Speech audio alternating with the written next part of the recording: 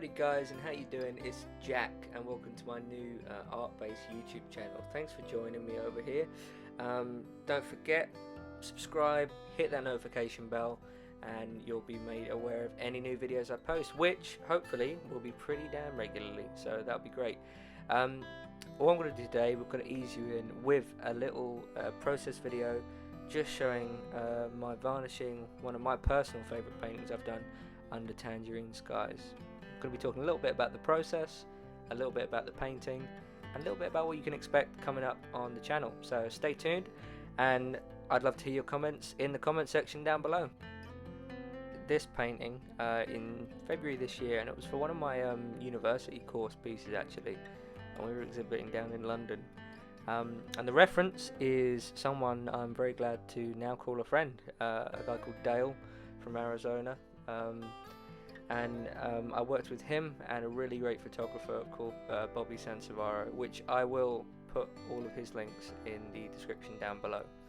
I chose Dale because, well, he's a reenactor, and I saw one of his images when I asked for some help in finding some reenactors for Western paintings, and he popped up, and it was just kind of a perfect match really. He had a great face to paint, and he was totally psyched and willing to do it as well, which was super fun.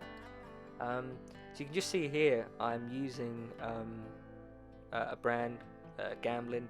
They do an amazing varnish called Gamvar, and I'm just liberally applying that, pouring it straight out of the bottle, giving it a little shake first, and then using a pretty soft brush but still quite coarse just to slap that on the painting. And you can see it's already bringing those areas to life.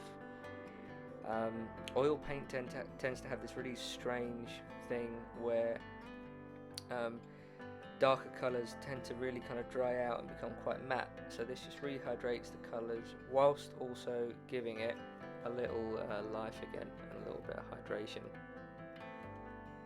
And generally a lot of people will say you need to leave these paintings around 6 months. I did for this one, but that's just purely coincidental. If you press your thumb into the thickest part of the paint and it's dry and it doesn't bounce and squidge, then you're generally good to go with varnishing. Just take it easy, don't whack it on too hard, and it'll just help preserve your painting and give it that new lease of life too. So what can you expect from my YouTube channel, or my art one anyway? Essentially I'm going to be doing a lot of these kind of process videos. I think they're super interesting, super satisfying to watch as well, and I get asked a lot of questions over on my social media and from people that see me paint. So it'd be great to answer them here and also show you a little bit inside my studio and what that's like. I'm also going to be using some of the really cool kind of friends and stuff I've made from doing art, and we're going to do a little podcast which is going to be fairly regularly. It's going to be every fortnight or so, and then I'm going to put one of these videos out once a week as well. So please check out the description for all the relevant links.